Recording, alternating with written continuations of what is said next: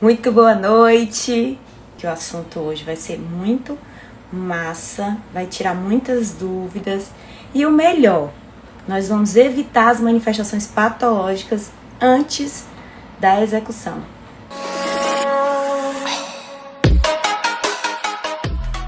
Boa noite, Marcelo, tudo bem com você? Boa noite, Emanuele. Que coisa boa nós estarmos aqui juntos. E é uma satisfação muito grande estar aqui com você. Eu que lhe agradeço a sua presença. Eu comecei um pouquinho antes para dar tempo do pessoal compartilhar a nossa live, conversar, porque agora toda quarta-feira eu estou me condicionando a fazer as lives, porque o pessoal cobra muito e às vezes eu não consigo. Mas eu estou me organizando agora bem direitinho. Toda quarta-feira vai ter live. Próxima semana a gente vai trazer. Já estou pedindo para deixar gravado. Ciro que vai dizer aí se a gente vai deixar gravado ou não, viu, Ciro? E aí eu vou, na próxima quarta-feira, Marcela, a gente vai estar falando com uma aluna das nossas mentorias. A gente está fazendo algumas mentorias e aí a gente vai gravar, vai fazer uma live, na verdade. Eu vou deixar salva essa, que a gente vai falar sobre como é a mentoria, como é o processo, o que é que foi eu trouxe de bom na vida dessa engenheira. Mas vamos lá, Marcelo, por favor, eu queria que você se apresentasse, falasse um pouco sobre você, para o pessoal conhecer o seu trabalho. Eu sou Marcelo Cavalcante, sou engenheiro civil, tenho a satisfação de já atuar no mercado imobiliário há 35 anos. Estudei no Colégio Militar, fui colega aí do Do meu Alcione e esposo. outros. E aprendi muita coisa no Colégio Militar de Fortaleza, foi uma grande escola para mim. E estudei na engenharia na Universidade Federal do Ceará, na década de 80. Comecei a estagiar logo cedo, em prédios na beira-mar de Fortaleza. Eu me lembro, meu primeiro estágio foi no Idibra, no primeiro condomínio, ali onde morava o seu Henrique Dias Branco, na volta da Jurema, um prédio bacana, um apartamento com 700 metros de laje. E eu aprendi assim como trabalhar no alto padrão, como trabalhar e fazer obra de excelência. Depois eu até pedi à empresa para ir para um prédio um pouco mais normal. Eles me mandaram para a Praia de Iracema, um apartamento também um por andar.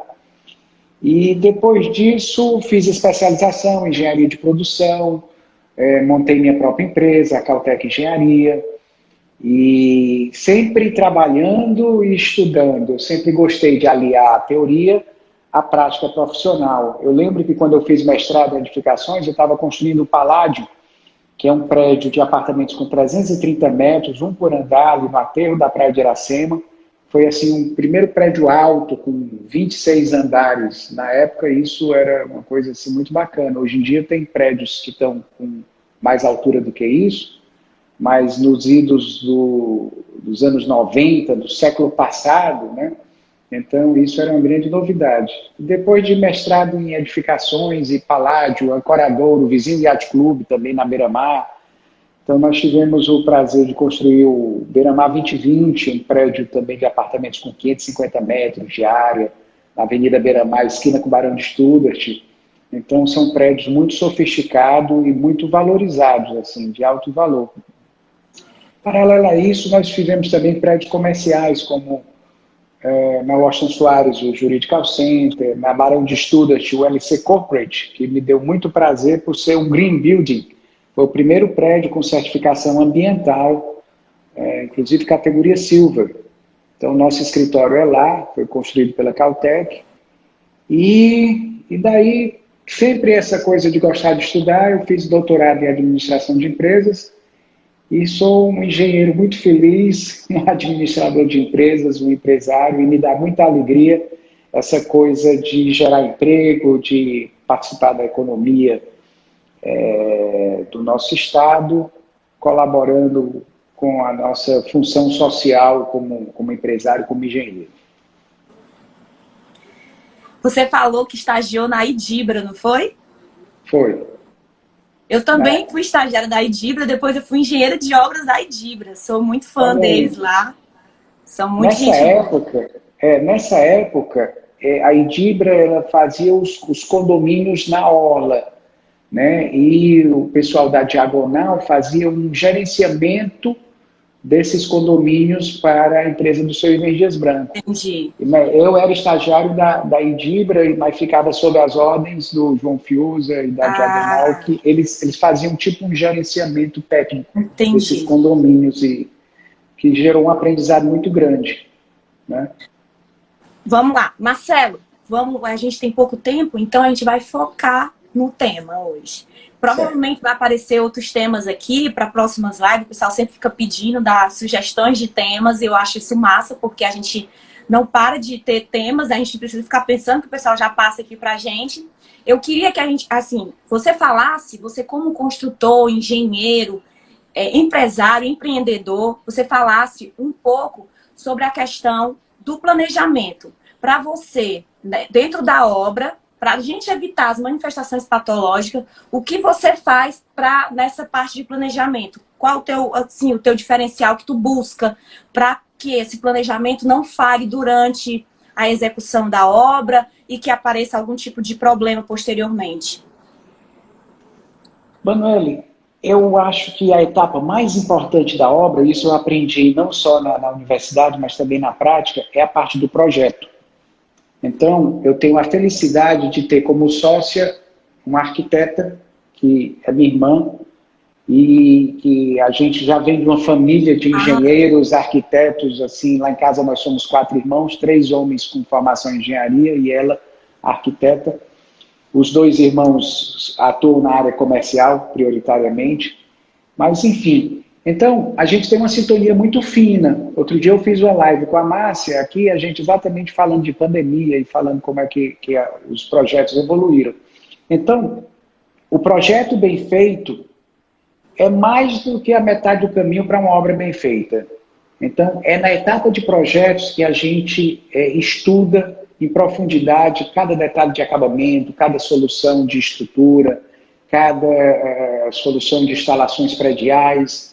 Então, a Márcia faz a compatibilização, ela não só faz o projeto arquitetônico, como ela compatibiliza a estrutura com todos os projetos, né? E hoje em dia, a gente já trabalha com a plataforma BIM, né? O projeto, essa maquete que vocês estão vendo aqui atrás, é um projeto que nós estamos executando agora, mas que ele foi todo pensado em 3 dimensões. O prédio anterior, que a gente já concluiu há 1 ano e meio, também já foi feito todo com a plataforma BIM. E para quem não conhece o BIM, é uma forma de projetar tridimensional, onde a gente, no computador, já junta todos esses projetos que eu falei agora, de estrutura, de arquitetura, de instalações, e vê quais as interferências que que porventura possa existir para solucionar isso ainda na etapa de projeto. Então, um projeto bem feito, uma compatibilização utilizando o BIM, gera um planejamento eficiente. Então, hoje a gente planeja toda a obra a partir desses projetos, os quantitativos, né, as quantidades de materiais são levantados já nessa plataforma BIM, e a gente tem uma base de custos, porque estamos atuando no mercado, a gente tem os nossos custos unitários já levantados e monitorados constantemente, tá? Então, e a especificação de materiais, né, Luciana? É importantíssimo também no projeto. Sim, sim, sim. Já sai tudo especificado, porque a gente trabalha tudo conforme a lei, a gente já manda para o cartório de registro de imóveis a incorporação registrada com o projeto aprovado, com todas as especificações. Então, o cliente, ele já compra sabendo aquilo que ele está adquirindo, tá? E no caso, Marcelo, eu ia te perguntar também a questão da execução. Quais são as tuas dificuldades, assim, durante a execução da obra? A questão da mão de obra, porque a gente tem que ter o treinamento da mão de obra, e às vezes a gente vai para lugares mais afastados, ou não tem a mão de obra qualificada, né? Vou dar só um exemplo, a questão de fachadas. Tem que ter um colaborador que tenha um pouco de conhecimento nessa parte de execução de fachadas. Com certeza. O que a gente faz nessa questão do planejamento e do treinamento, a Cautec ela foi a primeira empresa do Norte-Nordeste do Brasil a ter certificação ISO 9000. E para quem não conhece, o ISO 9000 é um certificado de qualidade. Um dos itens principais da qualidade é o treinamento dos trabalhadores, é a gente comprovar que aquele trabalhador foi capacitado para aquela função que ele está exercendo. Então, muitas vezes, eu me vejo dentro da obra, hoje em dia os engenheiros fazem esses treinamentos, mas enfim, eu participo algumas vezes e a gente reúne os pedreiros e diz, olha pessoal, eu sei que alguns de vocês já são pedreiros há muitos anos, eu sei que nós vamos estar falando aqui de coisas que vocês conhecem em profundidade, que é um tijolo, argamassa, uma cerâmica ou um porcelanato. Mas eu gostaria de repassar com vocês aqui o procedimento que a Caltech tem e que registrou ao longo do tempo e que tem dado certo. Agora, se vocês tiverem alguma sugestão, não se eximam de dizer, porque nós não somos donos da verdade. Todo dia a gente aprende alguma coisa e vocês podem estar nos ensinando algo novo. Eu só peço é que, se você tem alguma coisa nova, se manifeste agora, que a gente ajusta o nosso procedimento, ele fica igual para todas as nossas obras e aquele aprendizado a gente vai levar para outro colega seu em uma outra obra, em outra cidade, enfim. O importante é que toda empresa pratique o mesmo procedimento de trabalho para que a gente possa ter sucesso naquela etapa que está sendo feita. Então, treinamento e capacitação é condição sine qua non para um serviço bem feito. Outra coisa, Marcelo, eu queria que a gente falasse sobre as etapas, que a gente pode estar evitando as manifestações, como fundações, a questão da alvenaria, revestimentos. Quais são os cuidados que você, na Caltech, tem na questão das fundações, para que a gente evite? Tem muito problema, Marcelo, que nós detectamos, a questão da umidade ascendente por capilaridade. É um problema, assim, super repetitivo. Às vezes a gente faz muito recebimento de obras, a gente vai entregar uma casa lá no Eusébio, por exemplo. Casa de 2, 3 milhões, que tem problema de umidade ascendente por capilaridade. E você sabe que isso é uma anomalia construtiva. Então, é uma coisa simples, fácil de resolver. É uma cintazinha impermeabilizada. Pronto. Só que se você soubesse a quantidade de imóveis que nós entregamos, condomínios de casas, que nós detectamos essa anomalia construtiva, não tá.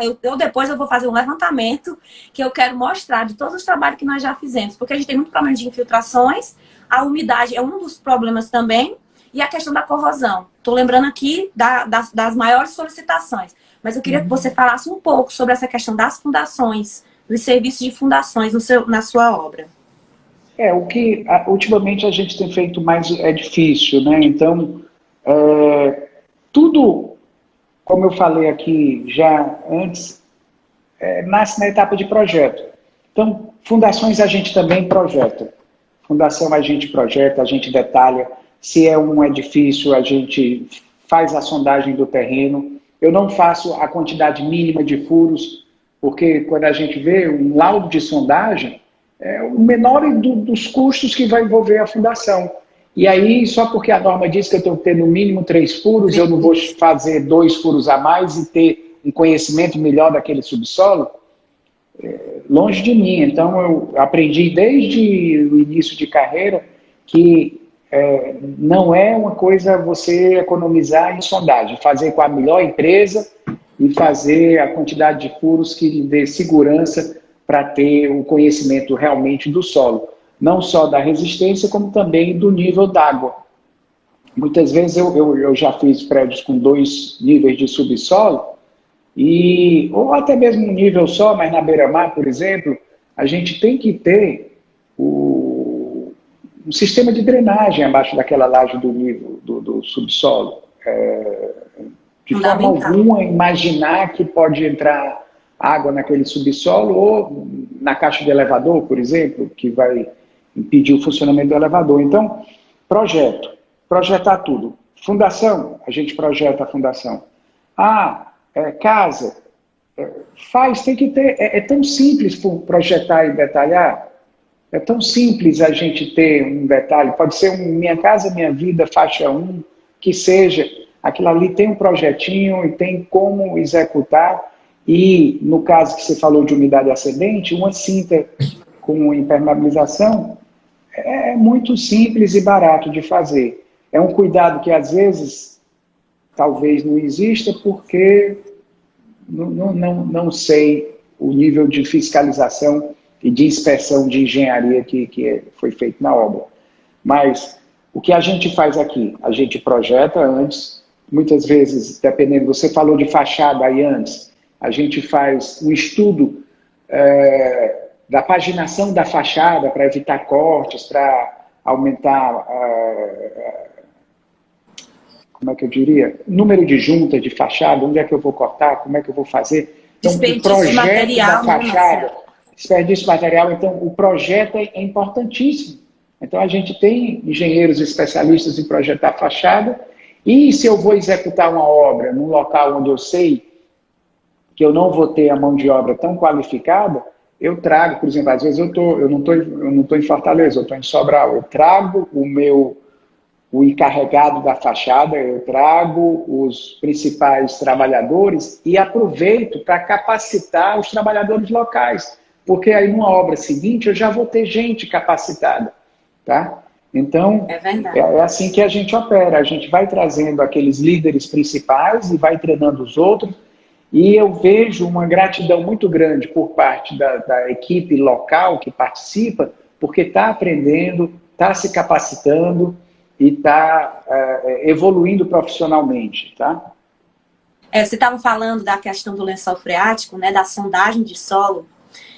Nós temos uma edificação que eu sou responsável técnica por esse hotel, e aí a gente está com um problema sério, porque a água está minando do subsolo. E ela está entrando em contato direto com os pilares do subsolo. Você vê já a lavagem, aquelas manchas brancas, os manchamentos. E aí nós solicitamos, né, porque esse hotel ele já tem, acho que quase 10 anos. E foi erro construtivo mesmo, não teve nenhum sistema de drenagem, não tiveram estudo de solo.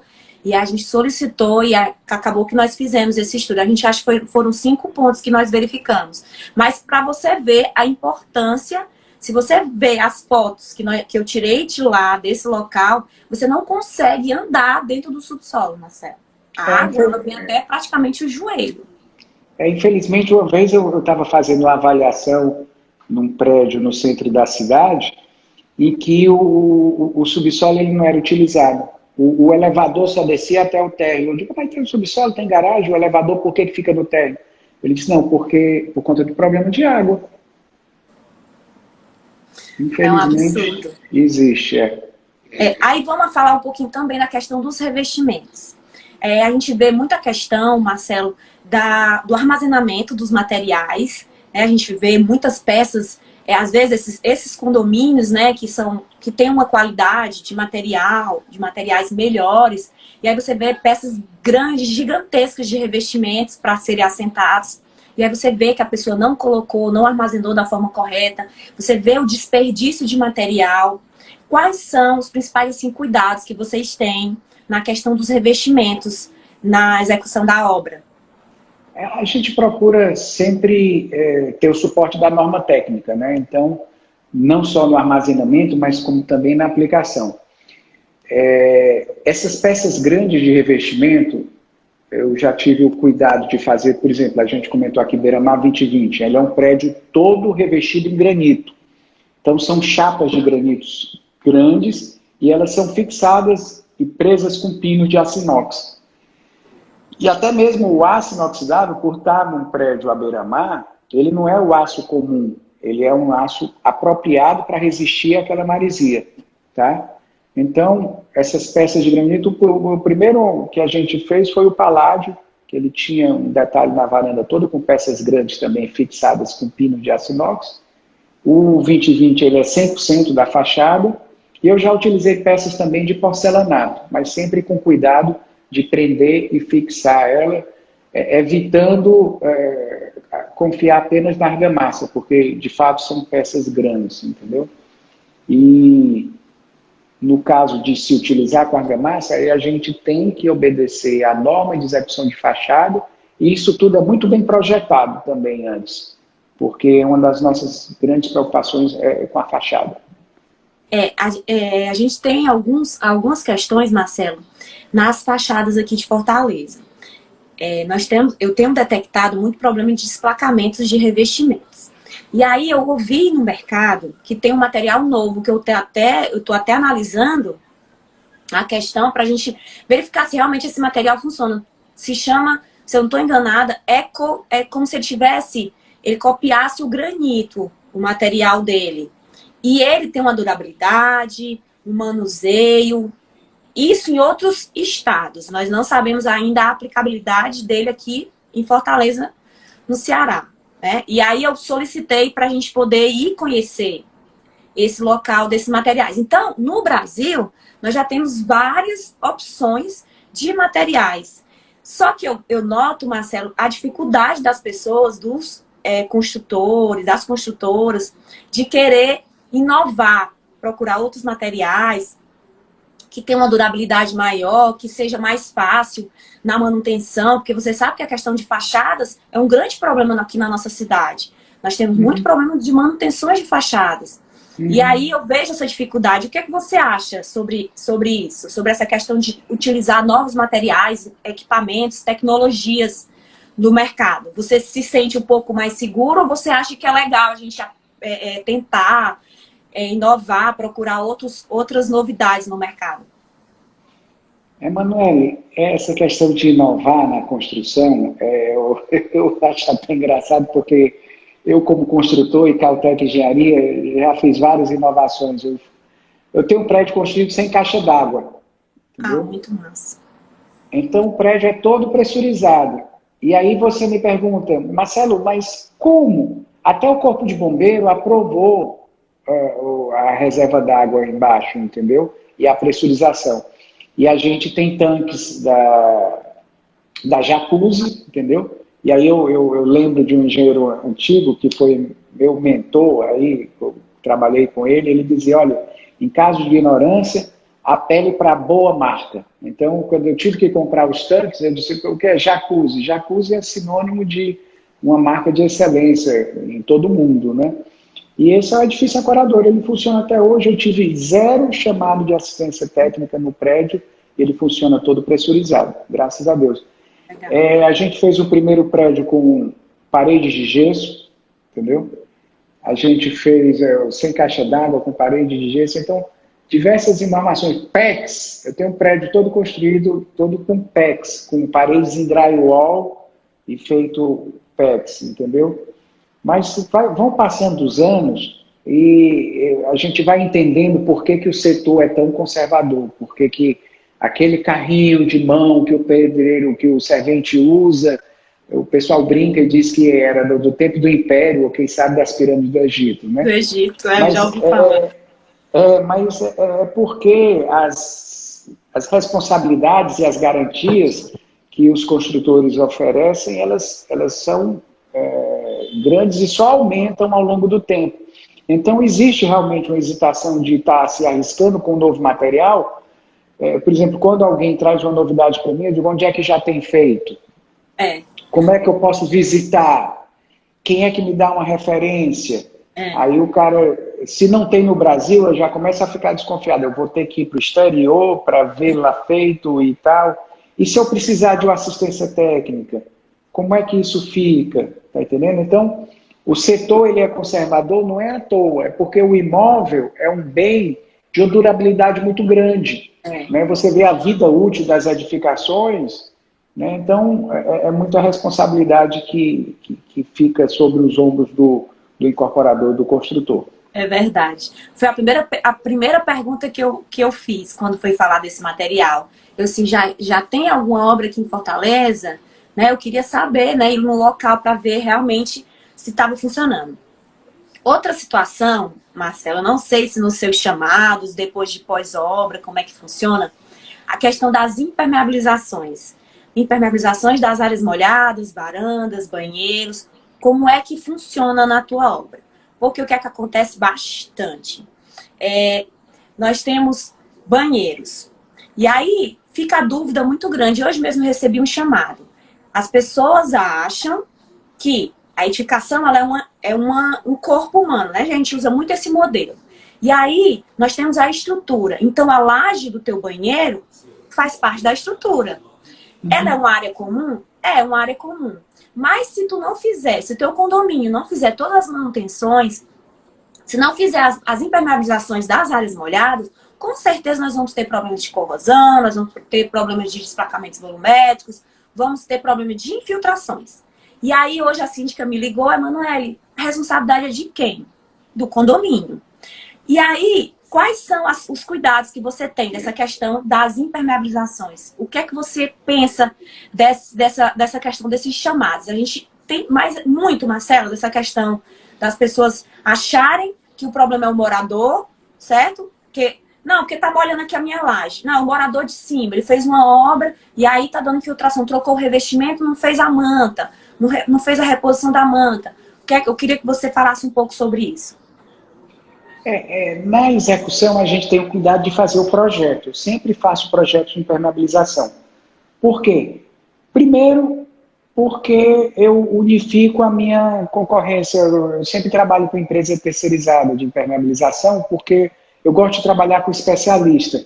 Então, eles normalmente têm os profissionais que já fazem isso com expertise maior. Então, eu projeto, toda a impermeabilização é dimensionada de acordo com o uso, né? Ou seja, se é uma caixa d'água, se é uma laje de banheiro, se é uma laje de estacionamento, varanda. Enfim, varanda. Então, cada tipo de ambiente é projetado de uma maneira. E graças a Deus isso reduz muito a questão de chamadas técnicas, entendeu? Porque se a gente parar para pensar, a impermeabilização dentro do custo total da obra representa muito pouco, vai representar 1%, não chega a 2%, está entendendo? Então, não é aí onde se deve economizar, muito pelo contrário. Se você parar para pensar filosoficamente, as edificações elas são feitas para abrigar as pessoas do sol e da chuva, ou seja, para resistir a problemas de água, né? Não é para ter problema de infiltração. Né? Então, agora, se uma pessoa faz uma reforma num apartamento e ele vai e não tem o cuidado com a sua manta, com a sua impermeabilização, e isso pode gerar uma infiltração no apartamento de baixo, realmente é possível que isso aconteça. Agora, engraçado, eu já fiz um prédio, em que a gente tinha 0 de instalações de uma unidade interferindo na outra, você acredita? Os vasos sanitários eram todos com saída horizontal, então eu não tinha o problema do vaso sanitário descendo para ficar no forro do banheiro de baixo. Então, você fazendo o vaso de saída horizontal, você elimina 90% da necessidade de passar instalações no banheiro embaixo. E o outro seria o ralo do chuveiro. O que é que eu fiz? Eu coloquei o piso box. Quando eu fiz o piso box de fibra de vidro, a saída do ralo do chuveiro poderia ir também na horizontal, encontrar com a coluna que descia o vaso sanitário. Então, as paredes eram drywall, o sistema de água era todo IMPEX, e por conta do piso box e da saída horizontal do vaso sanitário, eu passei a ter todas as soluções de instalações hidrossanitárias do apartamento dentro da própria unidade do usuário, e nada interferindo no andar de baixo. Muito interessante, Marcelo. E essa forma, né, que você trabalha na questão desse diferencial, já faz tempo que você faz dessa forma? Não, isso eu fiz um prédio. Engraçado, você falou de inovação, né? Eu inovei, eu fiz prédio sem caixa d'água, fiz o vários de gesso e tal. Isso não se mostrou, assim, economicamente viável, entendeu? Às vezes o mercado não paga determinadas coisas, entendeu? Eu lembro do...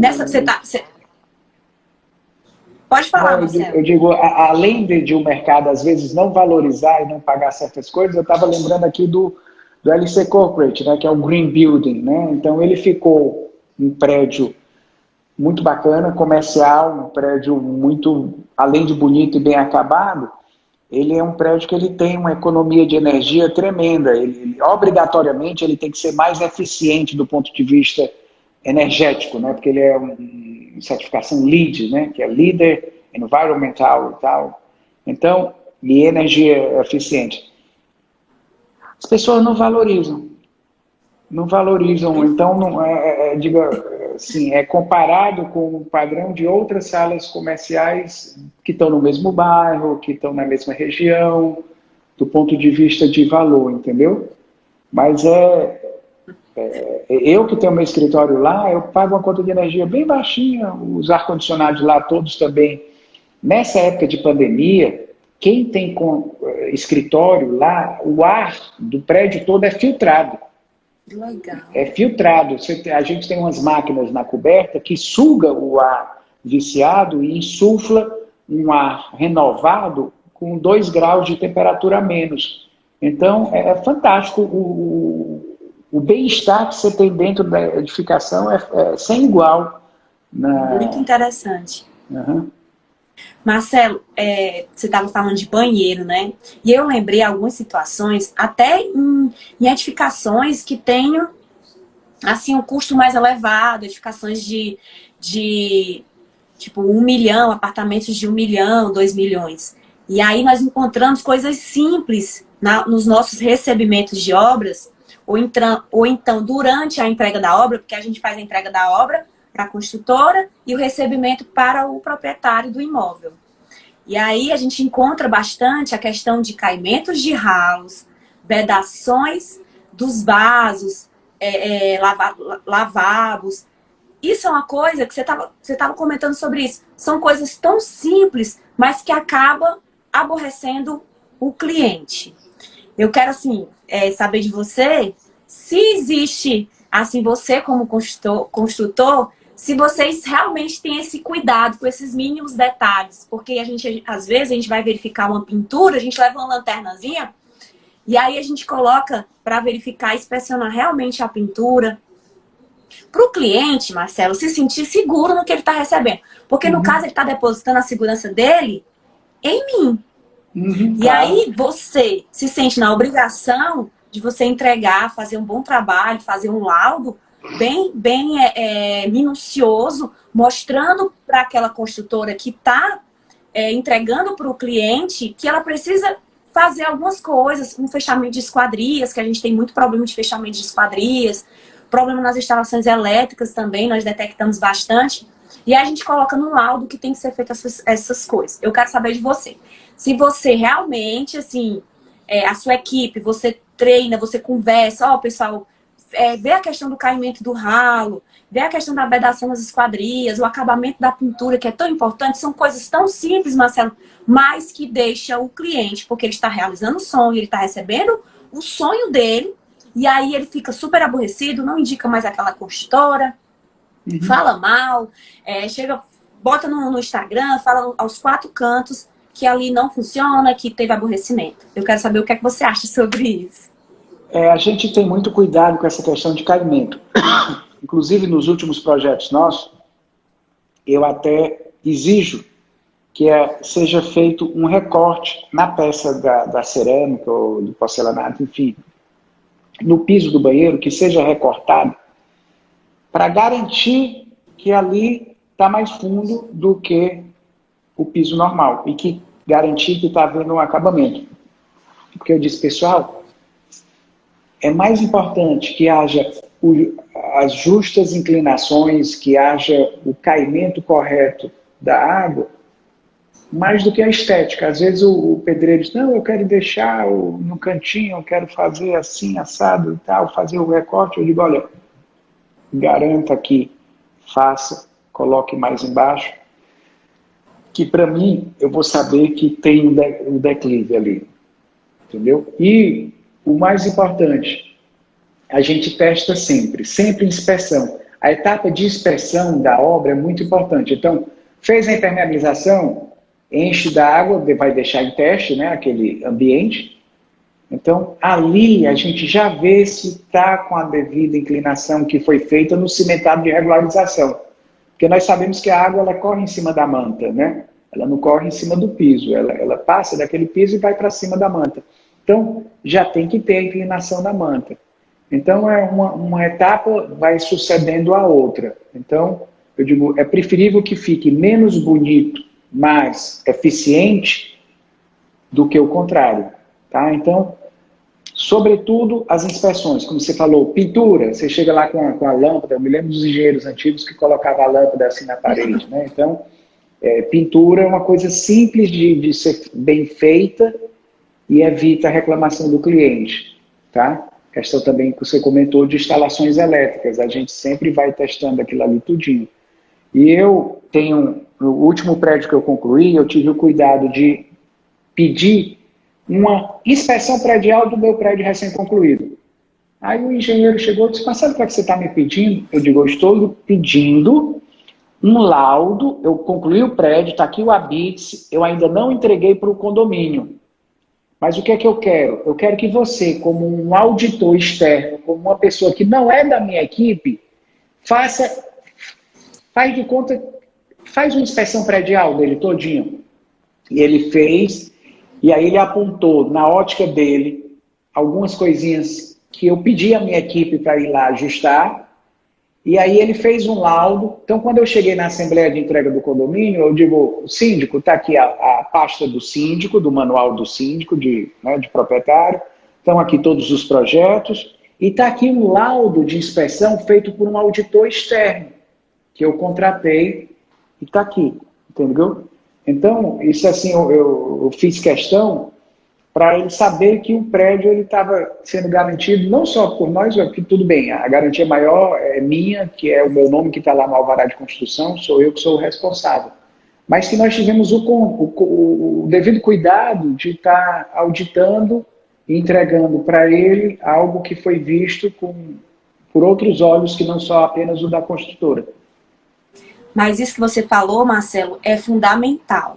Vou lhe explicar por quê. A Dias de Souza, a gente já fez alguns acompanhamentos de obras. Nós temos um serviço que chama acompanhamentos de obras. Nós vamos naquela construtora, no decorrer da construção da obra, com 30%, 60%, 90%, e aí no final nós fazemos a entrega da obra. E foi isso que o seu parceiro, a pessoa que você contratou, fez. Nós fizemos todo o acompanhamento, todos esses acompanhamentos, nós tínhamos reuniões, falávamos de como é que estava o andamento da obra. E no final, nós detectamos várias anomalias construtivas, já com problema de destacamento de revestimento da piscina. E aí, antes do cliente receber, nós já entregamos esse laudo, mostrando todas as não conformidades, essas anomalias, para que, quando o cliente receber o imóvel, ele tenha o mínimo de aborrecimento possível.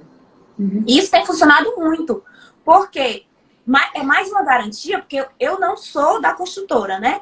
Então, eu vou, como uma perita, vou lá, faço o laudo, informo quais são as não conformidades detectadas e eles vão lá e corrigem. Às vezes, os engenheiros, durante a fiscalização dessa obra, os engenheiros ficavam tudo, como é que essa menina consegue ver isso? Por quê? É um olho externo, a pessoa está lá todos os dias vendo a mesma coisa, é diferente. E a gente tem que trabalhar isso, a importância de ter esse serviço, porque é uma pessoa que não está lá todo dia, que ela vai ver coisas que você não vai estar vendo. Eu estou falando como profissional, eu fui engenheiro de obras. E esse serviço surgiu dessa dificuldade, que a gente via quando as pessoas iam receber os seus apartamentos, elas não entendiam o que estavam recebendo. Então foi por isso que surgiu esse serviço que a gente oferece. Marcelo, nosso tempo já está bem apertado. Eu queria que você fizesse suas considerações finais, colocasse mais alguma coisa que eu esqueci de comentar. Você fique à vontade.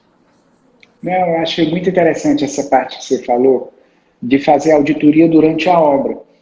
Eu até cogitei em, por exemplo, cumpre-se as etapas de fundação, chama o engenheiro para testar que aquilo ali foi feito direito, entendeu? Então, a gente tem o cuidado de estar fazendo os ensaios técnicos ao longo do trabalho. Então, por exemplo, estou fazendo a fundação em estacas profundas, eu tenho o teste de pitch, então ele vai lá. Eu tenho por obrigação da norma fazer um ensaio de uma estaca ou duas estacas, dependendo da quantidade de estaca, ou seja, uma prova de carga, tá? Então, eu tenho a obrigação, durante a estrutura, de fazer todo o acompanhamento da resistência daquela estrutura e o acompanhamento da qualidade da estrutura. Então, em outros países, eu sei que, às vezes, esse tipo de acompanhamento é uma exigência. Por exemplo, você está na Flórida, então, lá você conclui as estruturas, a fundação, vem um técnico da prefeitura, inspeciona aquela etapa de obra, diz que está tudo ok, você está autorizado a fazer a estrutura. E assim, etapa por etapa da obra vai sendo inspecionada por um órgão público. No Brasil, esse tipo de inspeção não existe. E muitas vezes as pessoas acham que, por exemplo, o CREA, né, que é a nossa entidade que congrega os engenheiros, seria um órgão responsável por isso, né? Na realidade, o CREA, ele controla o exercício da profissão. Então, você somos registrados no CREA e com isso, nós somos habilitados a exercer a profissão de engenheiro. Mas é da minha, da sua, da responsabilidade de cada um o serviço que está sendo feito. Tá? E não daquele órgão, ele não é um órgão fiscalizador de obras, como as prefeituras têm seus engenheiros, mas que também tem suas limitações, que analisam o alvará de construção, que eventualmente acompanham ao longo da execução, mas não necessariamente, e que também emitem o certificado de habites, né? Então, eu queria dizer que a nossa responsabilidade é muito grande. A Prefeitura de Fortaleza agora, ela já está muito moderna, ela emite alvarás de construção confiando que aquele profissional é habilitado e que fez a coisa na conformidade da lei, e assim se tem evoluído para menos burocracia, mas ao mesmo tempo mais responsabilidade de nós profissionais. Verdade. Verdade, Marcelo. E eu fiz uma pergunta, você não estava aqui, e eu deixei um ponto de interrogação aqui. Eu perguntei qual era o processo que aparecia na Europa, que é mais comum na Europa e no Brasil, que aparecem as manifestações patológicas. E aí, na Europa, projeto. E aqui no Brasil, a execução, que era o que a gente estava falando sobre a questão de mão de obra, do material. Então, era isso que o pessoal estava esperando, que eu tinha ficado de falar sobre isso. Eu quero agradecer a sua presença, a sua disponibilidade, dizer que foi um prazer ter você aqui com a gente para acrescentar mais conhecimento. E eu sempre falo para todo mundo que nos acompanha que o conhecimento não é nosso. A gente tem que passar o conhecimento. E quanto mais nós passamos esse conhecimento, mais nós aprendemos, mais nós crescemos profissionalmente. Então, eu imagino que a sua função também é essa, de passar seu conhecimento para outras pessoas que estejam começando. Você já tem uma estrada, né, uma carreira já bem promissora. E eu acho que isso é fundamental. E agradecer, muitíssimo obrigado pela sua presença. Eu que agradeço, Emanuele. Muito obrigado pelo convite. Pessoal, agradecer a vocês, mais uma vez estar aqui conosco. Quarta-feira tem outra live, a gente vai estar falando sobre a mentoria, uma das nossas alunas vai estar falando aqui comigo. E eu quero desejar uma boa noite para vocês e até a próxima. Abraço.